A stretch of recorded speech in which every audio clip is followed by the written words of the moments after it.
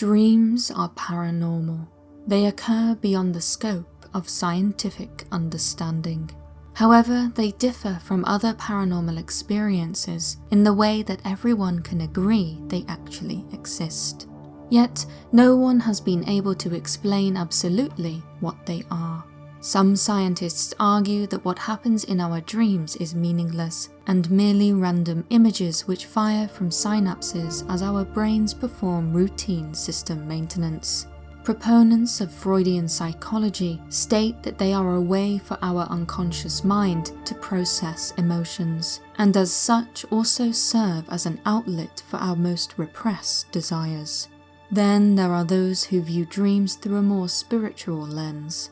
Dreams, they suggest, can be precognitive, providing foreknowledge of a future event, or even as a way to communicate with the divine and those who have passed away. An example of this can be seen in an ancient Hebrew belief, which intertwined dreams with divine revelation.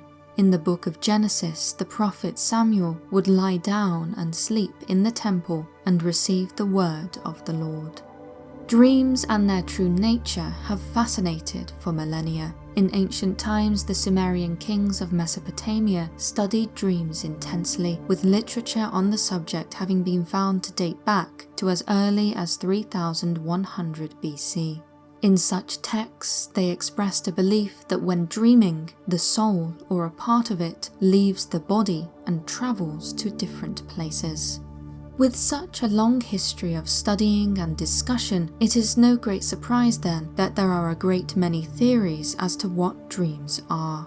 After all, dreams can be complex, both in content and how they are experienced.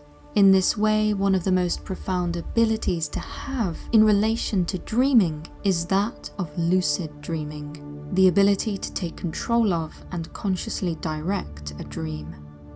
Frederik van Eeden, a Dutch writer and psychiatrist from the turn of the 20th century, was one of the early scientific pioneers of the idea of lucid dreams. He described lucid dreaming as the act of the dreamer reaching perfect awareness within the dream, and as such being able to act completely free. A lucid dreamer can take complete control of themselves in a dream and of the entire landscape around them. In a way, they become a god within their own mind. One experienced lifelong lucid dreamer from New Zealand, Peter Make, has described their experience of lucid dreaming as arriving fully formed in their dream and not having lost any awareness of who you are. Contrary to its seemingly esoteric nature, lucid dreaming is not necessarily a phenomenon that only occurs to people with paranormal dispositions. Far from being a minority experience, it is thought that 55% of adults will have experienced a lucid dream at least once in their life, with 23% experiencing them regularly. Most such dreams happen spontaneously and last for an estimated 14 minutes. Not only is it possible for most people to have a lucid dream, some believe that it is entirely possible to induce such a state of dreaming. One method is called reality testing. This involves someone pausing regularly in their daily waking life to consider whether or not they are dreaming. Such is thought to train the brain to constantly test the nature of their reality. A person can also test this by attempting to do something impossible, like levitating or walking through walls, or even something that is considered difficult to do in a dream, like reading. Such exercises, if considered regularly, may then be transferred to a dream to activate a lucid experience. Another method is the mnemonic induction of lucid dreaming, or mild technique. By using the principles of rescript, rehearse, and remind, it is said that a person can learn to remember that they are dreaming. After 5 hours of sleep, the dreamer awakes and analyzes the dream they have just had, rescripting the events of the dream to include becoming lucid. By attaching memories to visual cues and then rehearsing the visualization, it is thought that the dreamer can later remind themselves that they are in fact dreaming and thereby seize control of the dream. Other methods of lucid induction include using devices such as headbands and masks that have lights in them which can help to trigger a lucid state. Despite such a broad literature, many are skeptical of the ability to lucid dream. However, scientific studies that observe people's rapid eye movements as they sleep strongly suggest that lucid dreaming is real. One of the methods scientists have successfully used to study this is forming an agreement with the sleeper for them to make pre-agreed eye movements when they enter a lucid state. Thus, the existence of lucid dreaming has become accepted science, if not fully understood. Lucid dreaming is revered as a unique way to explore the subconscious, providing unparalleled imaginative exploration and personal enrichment. It has also been shown that lucid dreaming can be very beneficial to the human body. Studies suggest that it correlates to lowered anxiety, with the power experienced in a dream making the person feel more confident in waking life. Beyond enhanced emotional well-being, lucid dreaming can also give the opportunity to practice and improve motor function skills and problem solving. For example, it is thought that if one practices playing the piano during a lucid dream, the dreamer's skill would also increase in waking life. Some people even use lucid dreaming to help them find the answer to something they are seeking in real life. Peter Make, the experienced lucid dreamer, has stated that he had a dialogue in his lucid dream to come up with solutions as to how to deal with his divorce. He claims that he found the answers in his dreams and described the process as being quite powerful. Tibetan Buddhists also believe in the benefits of lucid dreaming and have developed techniques to induce it in the form of dream yoga. They do this in an attempt to comprehend the nature of all human experience. Thus, lucid dreaming, in the way that Tibetan Buddhists consider it, is a way of achieving spiritual enlightenment. Yet, being conscious in a dream state does not always result in enlightenment. There are dark avenues which one can traverse in the mind in a conscious state. One can have what is known as a waking nightmare, where the dreamer is aware that they are consciously immersed in a horrible dream but are unable to awake.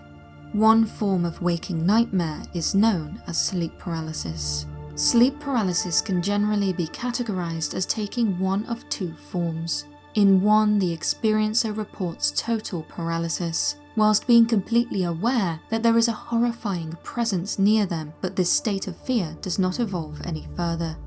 In the second form of sleep paralysis, a more terrifying experience plays out, where the body is completely immobilized as a being jumps on top of the experiencer in a horrible attack, most usually by suffocating the dreamer. These types of experiences are sometimes referred to as Old Hag Syndrome, as the terrible figure is often reported as taking the form of a haggard, witch-like creature pounding on the chest. That said, an old hag is but one of the forms that the nightmarish creature can take. Across the world there are reports of demons, jinn, spirits of the dead, and even mice attacking in an attempt to take the breath out of a person's lungs. Some even claim that these creatures leave bruises as evidence of the encounter. There are many reports of sleep paralysis, with many details appearing to be the same from one case to the next. One experiencer, who shared their story with the press under the pseudonym Denise, described how they saw the form of a person sitting on them, crushing them down with their hands. They couldn't tell if it was a man or a woman, but it was very clearly human. Even when they tried to scream, nothing came out. Denise could not even wiggle her toes. Dr. Hugh Mirolo, a neuropsychiatrist, was consulted on Denise's case and stated that these nighttime experiences are common.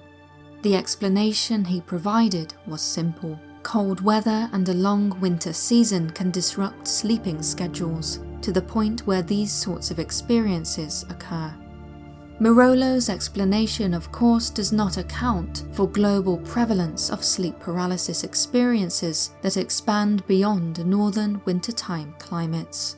While superficially grounded in science, such an explanation is not grounded in reason, and is arguably reflective of the scientific community's more general lack of understanding of dreams, lucid dreaming, and sleep paralysis.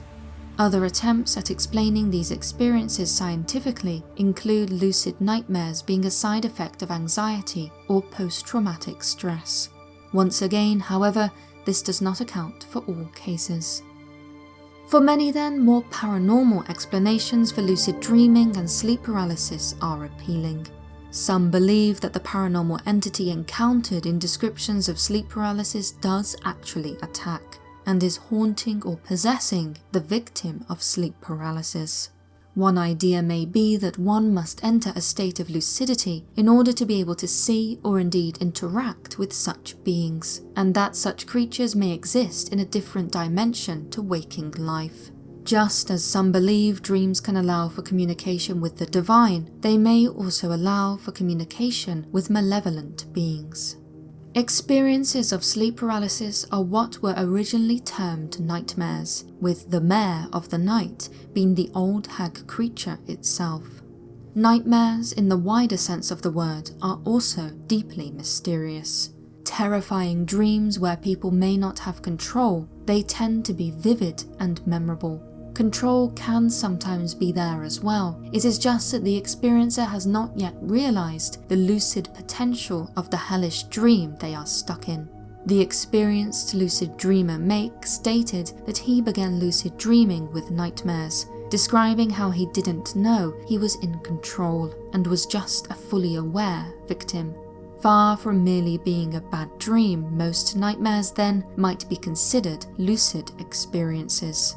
Some believe that nightmares are linked to intense anxiety and trauma. Common themes include being chased, falling, drowning, being trapped, and living through a natural disaster. However, most of us will not have experienced such traumas in our lives, leading many to wonder how such terrifying manifestations can be linked to anxiety. One scientific theory has suggested that far from being reflective of our experiences in waking life, nightmares may be a way for our brain to rehearse potentially threatening scenarios that we might one day encounter. Yet, when this theory has been put to the test, it has been found lacking. People who live in high-crime neighborhoods, for example, were not found to have more nightmares than those living in lower-crime neighborhoods. In fact, such people reported experiencing fewer nightmares on average, suggesting that their brains were not running the expected training scenarios that the theory proposes.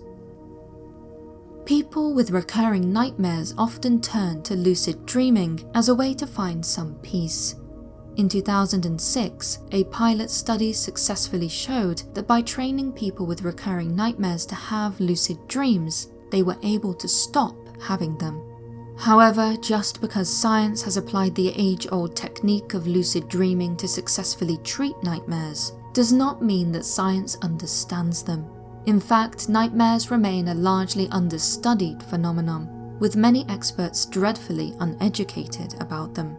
One study even reported that 78% of clinicians are uninformed about nightmares. This startling statistic indicates just how ignorant we are about the nature, meaning, and cause of dreams. People often state that they can interpret the meaning behind a dream, but such understanding is typically just conjecture.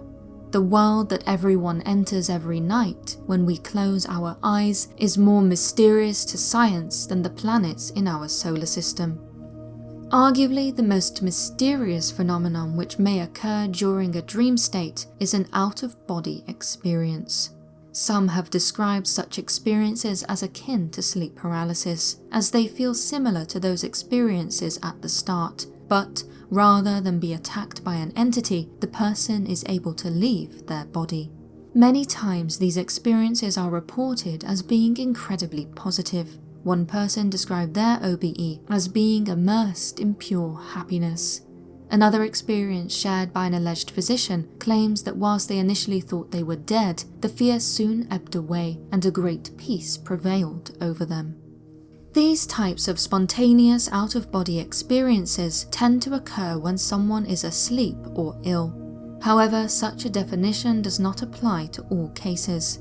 Astonishingly, some have described having an OBE during waking life, whilst in a relaxed state, such as when watching television. Someone who experienced just that described how they felt as though their soul was being pulled out of my body. Many times people can accurately verify objects and conversations that they had whilst being out of their body in a dream state. Thus, far from being a straightforward hallucination or an inability to differentiate between dream and reality, OBEs do seem to have something more to them. For example, one woman reported that while she had an out-of-body experience, she observed 5 letters arriving through her postbox. When she woke up, she stated that 5 letters were as I had observed and laid out the way I had seen them. If these reports are true, then it suggests that the ancient Sumerians may not have been too far off when suggesting that a part of ourselves can leave our body. Within the mystery of that part of ourselves lies the enigma of dreams, that great and too often taken for granted frontier of consciousness. Thank you for watching. Those of you who are members, we have just released an exclusive printable summary PDF about lucid dreaming, including some more details about techniques to try yourself. The link is on Patreon and on the member exclusive version of this video here on YouTube. And if you'd like to become a member to access this, advertisement-free videos, and our 2-hour documentary on life after death, In Search of the Dead, you can find more details in the description. Thank you again for watching. Until next time.